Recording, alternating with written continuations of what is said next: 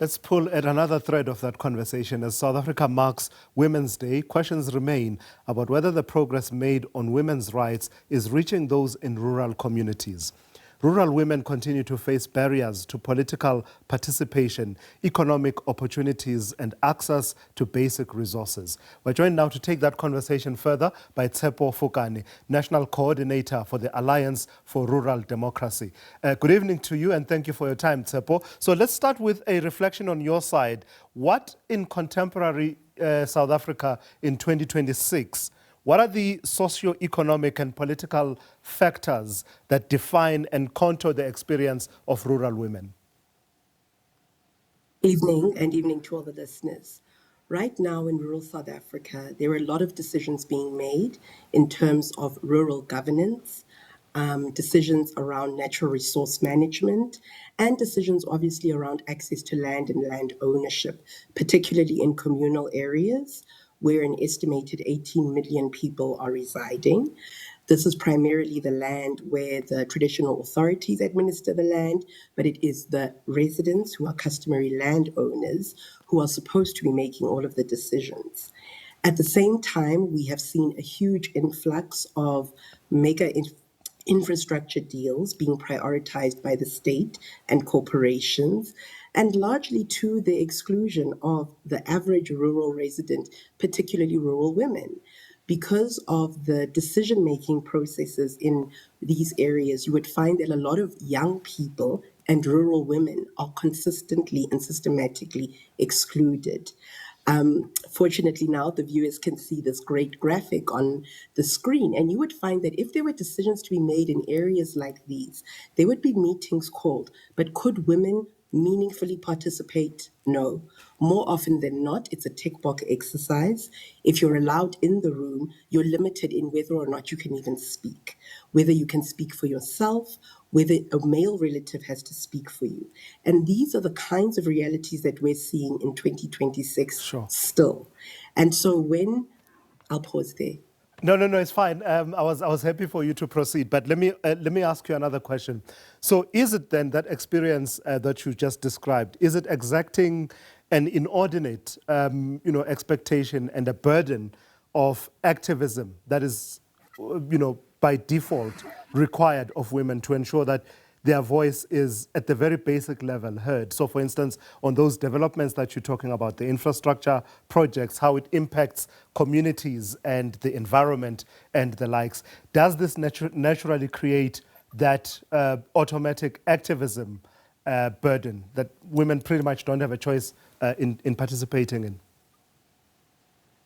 Absolutely. The reason being is that when you've got so many barriers against you, you are compelled to now talk to your neighbors and ask, did you see that there was a notice outside the clinic? Do you know what it says? And when you walk into the meeting space, you are compelled to use your voice and to become an activist in that moment. Even if you, in your personal life, are not someone who is outspoken, the circumstances force you to use your voice, collective action, in order to see better outcomes for yourself and for your children. That's the reality for rural women, right? The decisions that we're talking about sound very small. They sound like decisions being made on a very tiny parcel of land. But when you combine them, the decision to remove the fence of your plow fields in order to allow a road to be developed or anything else has huge consequences for you as a household. We know that this is going to have a knock-on effect in terms of household food security. We know this because a lot of women are doing the backyard farming all over rural areas. We know that people are finding that their plow fields are being taken, dispossessed unlawfully. Sometimes this is in agreement with traditional authorities, sometimes it's not. And there's also this terrible weakness by the state in terms of local government. Municipalities are watching by the sideline as a lot of land allocations happen without much real order and structure in terms of spatial planning.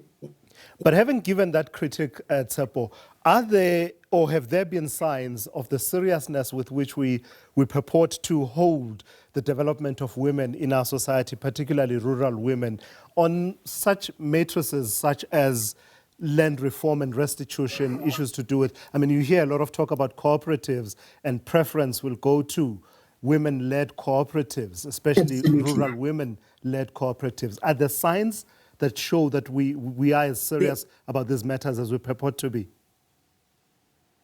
There are some positives, definitely.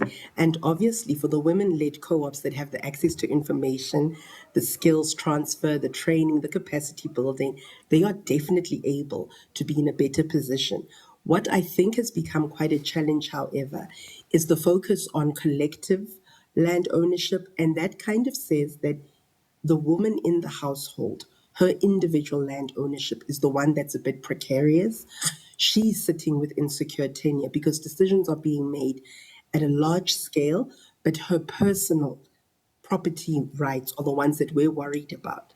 That being said, there's been a lot of positive strides.